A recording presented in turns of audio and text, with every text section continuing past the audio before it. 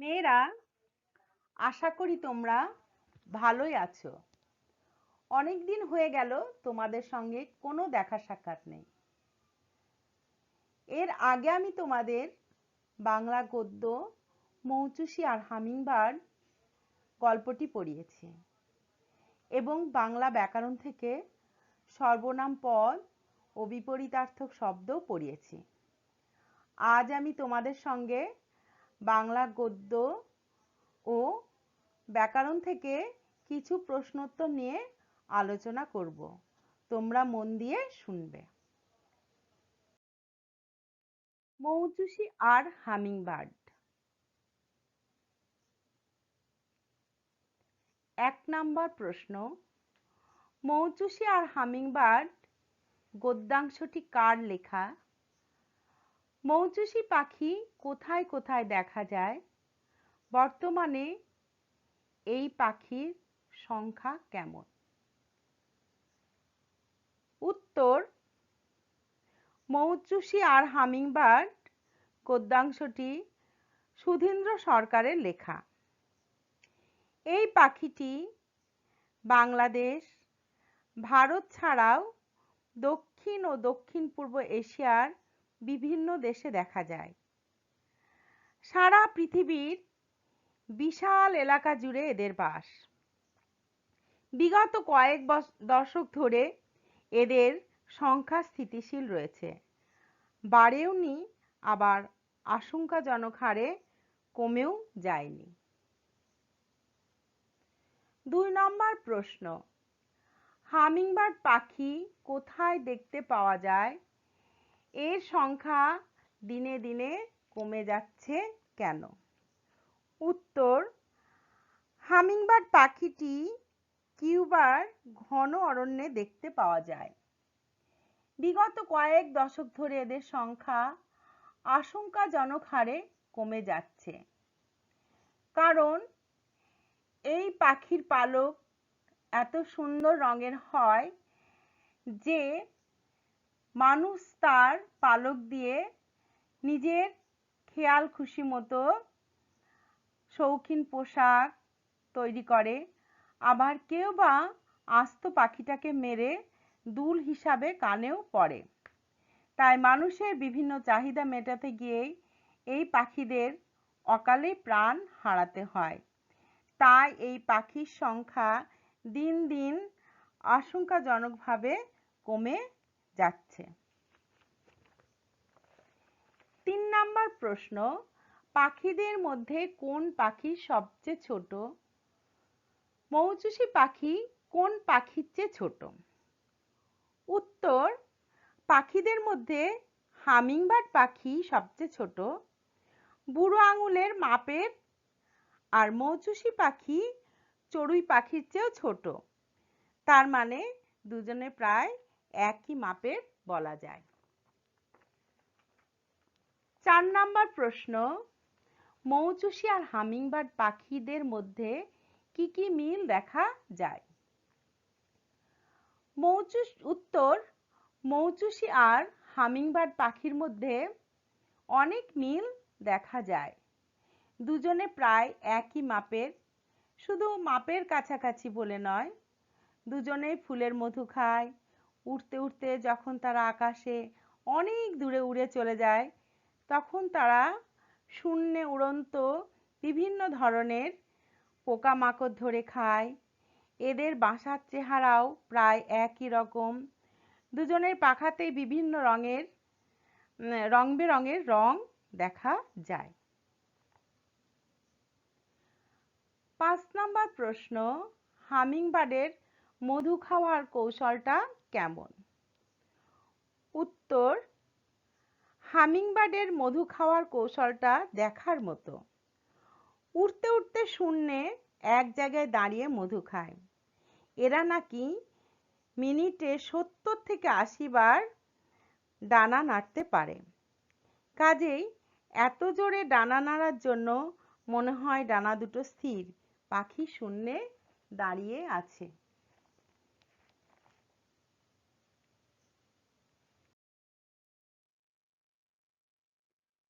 ৬ নম্বর প্রশ্ন, মৌচুষির ফুলের মধু খাওয়ার প্রক্রিয়াটি লেখো।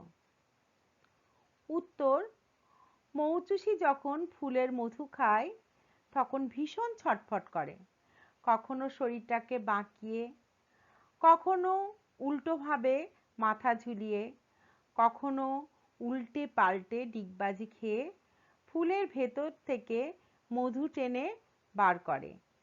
এর জন্য এদের খুব কসরত করতে হয়। 7 নম্বর প্রশ্ন, পাখিরা কিভাবে ফুলের মধু টেনে নেয়? উত্তর, ফুলের মধু খাওয়ার জন্য মৌচুষি আর হামিংবার্ডদের ঠোঁটের গড়ন প্রায় একই রকমের। ঠোঁট সরু আর লম্বা শুধু নয়, এদের জিভও ফুলের ভেতর থেকে মধু টেনে বার করার মতো করেই তৈরি। আমরা যেমন স্ট্র দিয়ে বোতল থেকে ঠান্ডা পানীয় খাই, এই মধু খাওয়া পাখিরাও অনেকটা সেইভাবে ফুলের মধু টেনে খায়। 8 নম্বর প্রশ্ন, কচি গাছ কিভাবে জন্মায়? উত্তর, হামিংবার্ড ও মৌচুষি এইসব পাখিদের জন্য ফুলের পরাগ মিলন হয়, আর এই পরাগ মিলনের ফলে ফুল থেকে ফল হয়, আর ফলে থাকে বীজ, আর সেই বীজ থেকেই আবার কচি গাছ জন্মায়। 9 নম্বর প্রশ্ন, মৌচুষি আর হামিংবার্ড পাখিদের বাসার চেহারাটা কি রকম? উত্তর, মৌচুষি আর হামিংবার্ডদের বাসার চেহারাটা একই রকমের। নরম ঘাস, সবজির আঁশ, মাকড়সার জাল টাল দিয়ে এরা বাসা বানায়। কোনো ঝোপঝাড়ের ভেতরে থলের মতো এদের বাসাটা ঝোলে। 10 নম্বর প্রশ্ন, রং বেরঙের পালক হওয়ায় হামিংবার্ড পাখিদের কোন বিপদের সম্মুখীন হতে হয়? উত্তর, রং বেরঙের পালক হওয়ায় হামিংবার্ড পাখিদের অনেক বিপদের সম্মুখীন হতে হয়। পাখিদের পালকে অনেক রঙের ছটা থাকে, সবুজ, বেগুনি, হলুদ, গোলাপি, আরো কত রকমের রঙের বাহার। পালকের এত রঙের বাহারের জন্য এদের বিপদও কম নয়। এদের রঙিন পালক দিয়ে কেউ পোশাক তৈরি করে, কেউ আবার মাথায় পরে, কেউ কেউ আবার আস্ত পাখিটাকে মেরে স্টাফ করে কানে দুল হিসাবেও পরে। প্রশ্নগুলির 2-1 কথায় উত্তর দাও।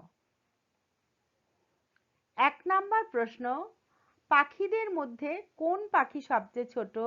এদের মাপ কেমন?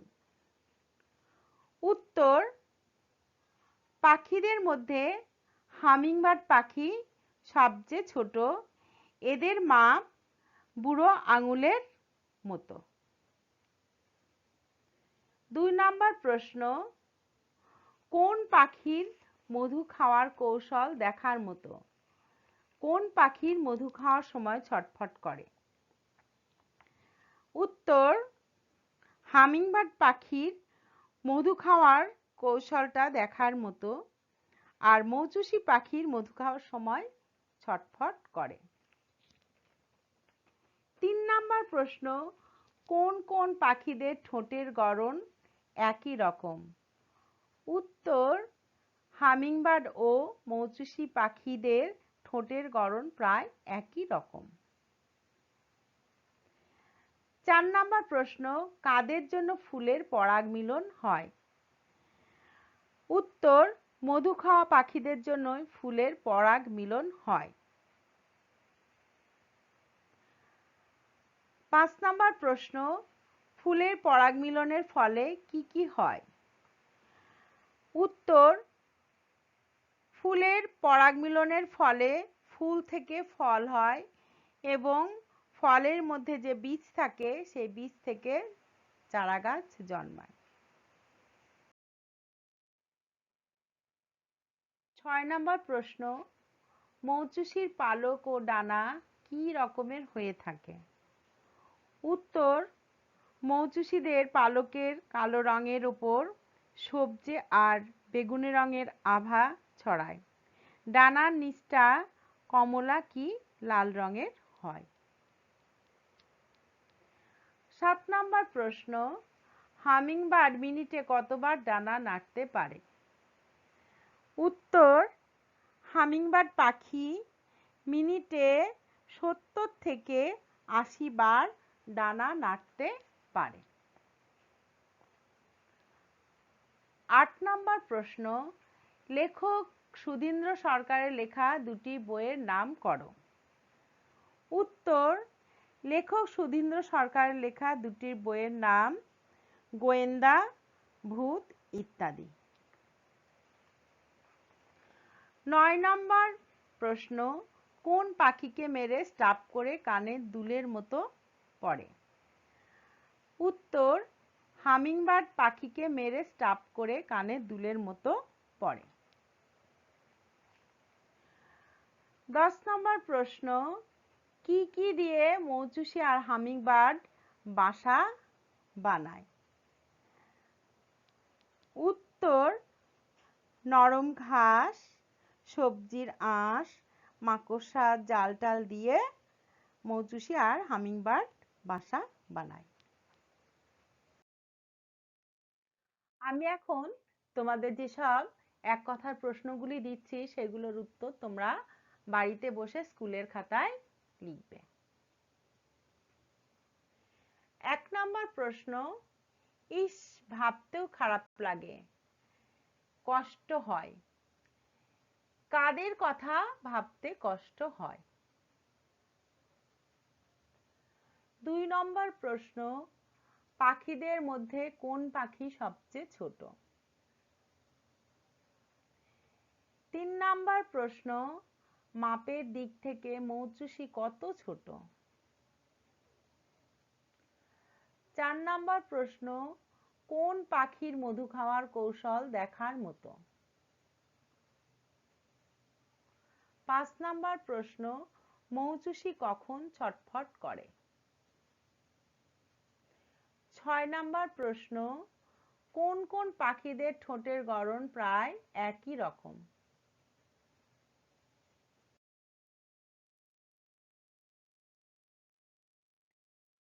7 নম্বর প্রশ্ন, মধু বার করার জন্য ঠোঁট ছাড়া মৌচুসি হামিংবার্ডরা আর কি ব্যবহার করে? 8 নম্বর প্রশ্ন, কাদের জন্য ফুলের পরাগ মিলন হয়? 9 নম্বর প্রশ্ন, মৌচুসিদের পালক কোন রঙের হয়? 10 নম্বর প্রশ্ন, কাদের পালকে অনেক রঙের ছটা থাকে? 11 নম্বর প্রশ্ন, কোন পাখিকে মেরে স্টাফ করে দুলের মতো পড়া হয়? 12 নম্বর প্রশ্ন, হামিংবার্ড মিনিটে কতবার ডানা নাড়তে পারে? নিচের বাক্যগুলি শুদ্ধ অশুদ্ধ নির্ণয় করো। 1 নম্বর, পাখিদের মধ্যে হামিংবার্ড সবচেয়ে বড় পাখি। 2 নম্বর, হামিংবার্ড মিনিটে 10-12 বার ডানা নাড়তে পারে। 3 নম্বর, মৌচুসি মধু খাওয়ার সময় ভীষণ ছটফট করে। 4 নম্বর, মৌচুসি মধু খাওয়ার সময় ফুলের ওপরে থাকা পোকামাকড় খায় না।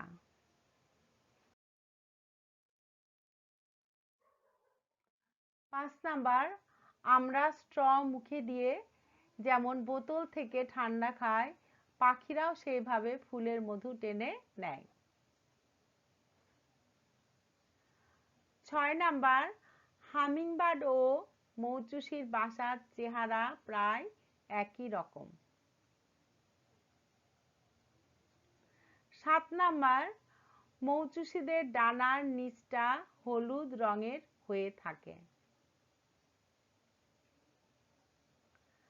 8 নাম্বার, কোনো ঝোপঝাড়ের ভেতর থলের মতো বাসাটা ঝোলে। শূন্যস্থান পূরণ করো। 1 নাম্বার, পাখিদের মধ্যে ড্যাশ সবচেয়ে ছোট পাখি। 2 নাম্বার, মৌচুসি ড্যাশ চেয়েও ছোট, দাড়ি। 3 নাম্বার, মৌচুসি যখন ফুলের ড্যাশ খায় তখন ভীষণ ড্যাশ করে, দাড়ি। 4 নাম্বার, ফলে থাকে ড্যাশ, দাড়ি। 5 নাম্বার, পালকের এত রঙের জন্য ড্যাশ বিপদ কম নাকি, জিজ্ঞাসার চিহ্ন। 6 নাম্বার, আস্ত পাখিটা মেরে ড্যাশ করে ড্যাশ মতো কানেও পড়ে কেউ কেউ, দাড়ি। এখন আমি তোমাদের বাংলা ব্যাকরণ সর্বনাম পদ থেকে কিছু প্রশ্নোত্তর নিয়ে আলোচনা করব এবং পূর্ব পাঠের বিশেষ্য পদ থেকেও কিছু আলোচনা করব। 1 নাম্বার প্রশ্ন, পদ কয় প্রকার ও কি কি? উত্তর, পদ 5 প্রকার, যথা বিশেষ্য, সর্বনাম, বিশেষণ, অব্যয়, ক্রিয়া। বিশেষ্য পদ কোনো কিছুর নাম বোঝায়, যেমন অমিত, সুমিত। সর্বনাম বিশেষ্যের পরিবর্তে যে পদ বসে, যেমন সে, তিনি। বিশেষণ বিশেষ্য ও সর্বনাম পদের দোষ, গুণ, অবস্থা ইত্যাদি বোঝায়, যেমন ভালো, মন্দ। অব্যয় পদ যার কোনো অবস্থার পরিবর্তন হয় না, যেমন এবং, আর ইত্যাদি। ক্রিয়াপদ কাজ করা বোঝায় এমন পদ, যেমন খেলছে, পড়ছে, লিখছে। 2 নম্বর প্রশ্ন, বিশেষ্য পদ কাকে বলে? বিশেষ্য পদ কয় প্রকার ও কি কি? উত্তর, যে পদের দ্বারা কোনো কিছুর নাম বোঝায় তাকে বিশেষ্য পদ বলে। বিশেষ্য পদকে আবার 6টি ভাগে ভাগ করা হয়েছে। সংজ্ঞাবাচক বা নামবাচক বিশেষ্য পদ, জাতিবাচক বিশেষ্য পদ, বস্তুবাচক বিশেষ্য পদ, গুণবাচক বিশেষ্য পদ, সমষ্টিবাচক বিশেষ্য পদ ও ক্রিয়াবাচক বিশেষ্য পদ। 3 নম্বর প্রশ্ন, সর্বনাম পদ কাকে বলে? সর্বনাম পদ কয় প্রকার ও কি কি? উদাহরণ সহ লেখো। উত্তর, বিশেষ্যের পরিবর্তে যে পদ ব্যবহৃত হয় তাকে সর্বনাম পদ বলে। সর্বনাম পদকে মোটামুটি 7টি ভাগে ভাগ করা হয়েছে, যেমন ব্যক্তিবাচক সর্বনাম পদ, আত্মবাচক সর্বনাম পদ, নির্দেশক সর্বনাম পদ, অনির্দেশক সর্বনাম পদ, প্রশ্নবাচক সর্বনাম পদ, সমষ্টিবাচক সর্বনাম পদ, সাপেক্ষ সর্বনাম পদ। ব্যক্তিবাচক সর্বনাম পদের উদাহরণ তুমি, তারা। আত্মবাচক সর্বনাম পদের উদাহরণ স্বয়ং, নিজেই। নির্দেশক সর্বনাম পদের উদাহরণ ইনি, উনি। অনির্দেশক সর্বনাম পদের উদাহরণ কোন কারা। প্রশ্নবাচক সর্বনাম পদের উদাহরণ কোথায় কি। সমষ্টিবাচক সর্বনাম পদের উদাহরণ সবে সকলে। সাপেক্ষ সর্বনাম পদের উদাহরণ যে সেই যিনি তিনি। প্রশ্ন ব্যক্তিবাচক সর্বনাম পদ কাকে বলে উদাহরণ দাও। উত্তর ব্যক্তির নামের পরিবর্তে যে সর্বনাম পদ বসে তাকে ব্যক্তিবাচক সর্বনাম পদ বলে। যেমন তুমি কাজটি পারবে না, তার আমার কথা আছে।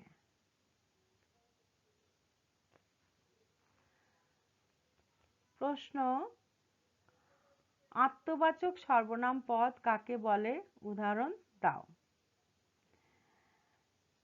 যে সর্বনাম পদ কারো সাহায্য ছাড়াই অর্থাৎ বোঝার জন্য ব্যবহৃত হয় তাকে আত্মবাচক সর্বনাম পদ বলে। যেমন স্বয়ং রাজা এলেন প্রজাদের মাঝে, আমি নিজেই কাজ করতে পারব। প্রশ্ন নির্দেশক সর্বনাম পদ কাকে বলে উদাহরণ দাও।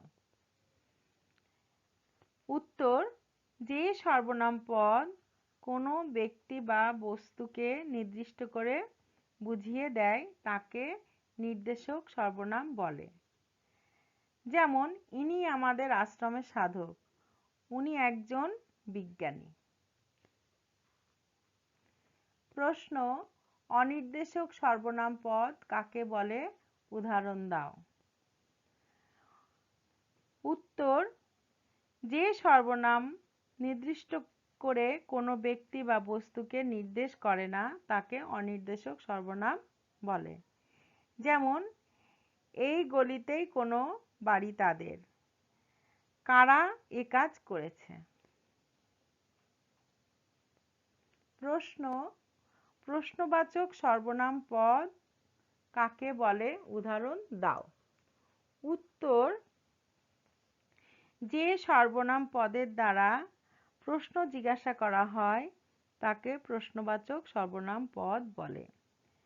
যেমন কোথায় তোমার বাড়ি, কে তোমাকে বকেছে ইত্যাদি। প্রশ্ন সমষ্টিবাচক সর্বনাম পদ কাকে বলে উদাহরণ দাও।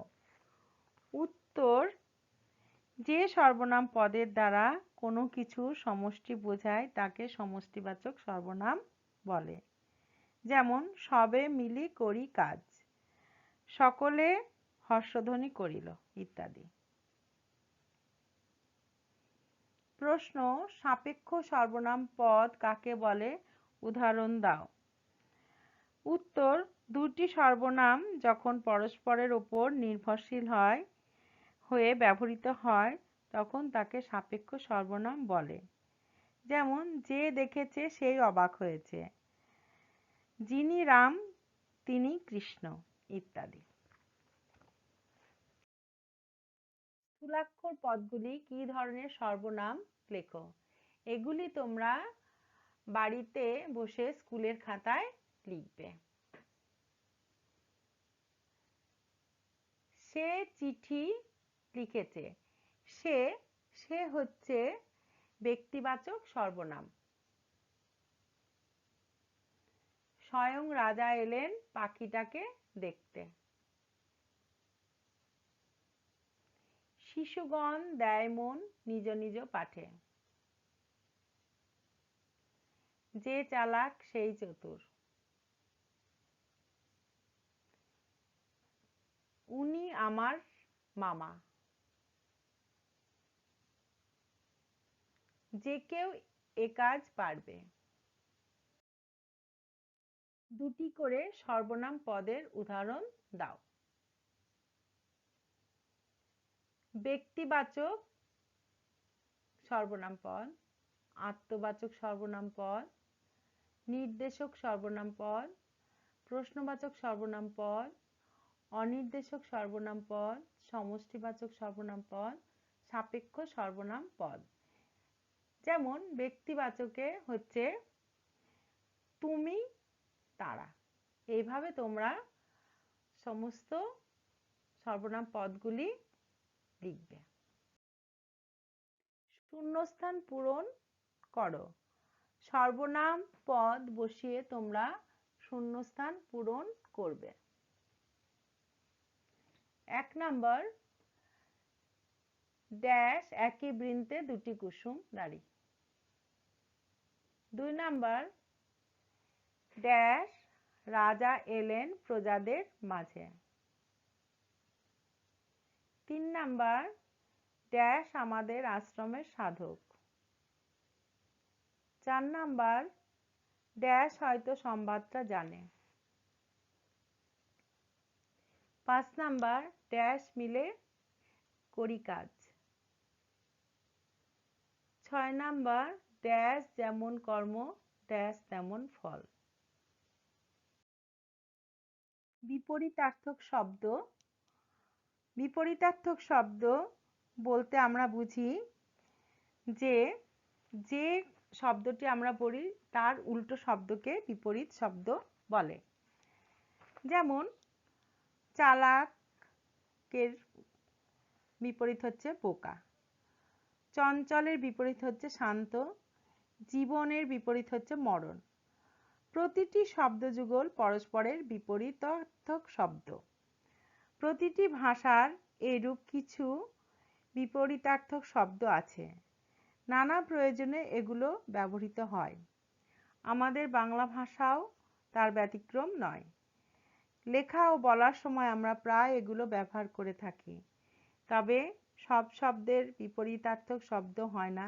যেমন লোহা শব্দটির কোনো বিপরীত শব্দ পাওয়া যায় না, কিন্তু কঠিন শব্দের বিপরীতার্থক শব্দ পাওয়া যায়। 1 নম্বর প্রশ্ন, বিপরীতার্থক শব্দ কাকে বলে? উত্তর, যখন কোনো শব্দ অন্য একটি শব্দের বিপরীত অর্থ প্রকাশ করে তখন একটিকে অপরটির বিপরীতার্থক শব্দ বলে।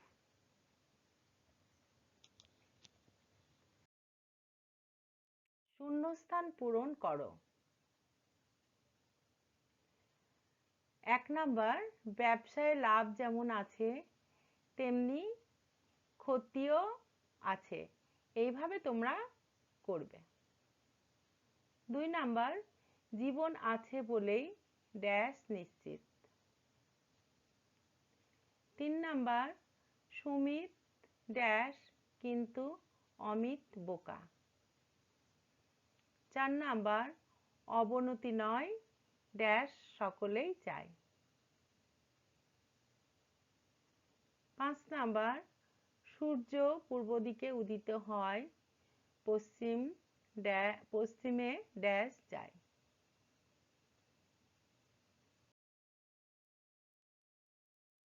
6 নাম্বার, আমাদের দেশে রপ্তানি বেড়েছে কিন্তু ড্যাশ কমেছে। 7 নাম্বার, আয় বুঝে ড্যাশ করা উচিত। 8 নাম্বার, মানুষের নিন্দা করো না, পারলে ড্যাশ করো। 9 নাম্বার, নদীতে কখনো জোয়ার কখনো ড্যাশ আসে। 10 নাম্বার, আসল কোথায় পাবে, এখন তো শুধুই ড্যাশ। বাঁ দিকের সঙ্গে ডান দিক মেলাও। বাঁ দিকের শব্দগুলির সঙ্গে ডান দিকের শব্দগুলি তোমরা মেলাবে। যেমন আমি একটা উদাহরণ দিচ্ছি, পাপ তার বিপরীত হবে পুণ্য। এইভাবে পরের শব্দগুলি তোমরা সাজাবে। বাঁদিকে লেখা আছে অনুজ, সহজ, গরম, লাভ, কৃপণ, জড়। ডান দিকে লেখা আছে ক্ষতি, জীব, ঠান্ডা, অগ্রজ, উদার, কঠিন ইত্যাদি। আর এই বাক্যগুলো তোমরা সুন্দর করে তোমাদের নিজেদের খাতায় লিখবে। তোমরা সবাই ভালো থাকবে, সুস্থ থাকবে আর মন দিয়ে পড়াশোনা করবে।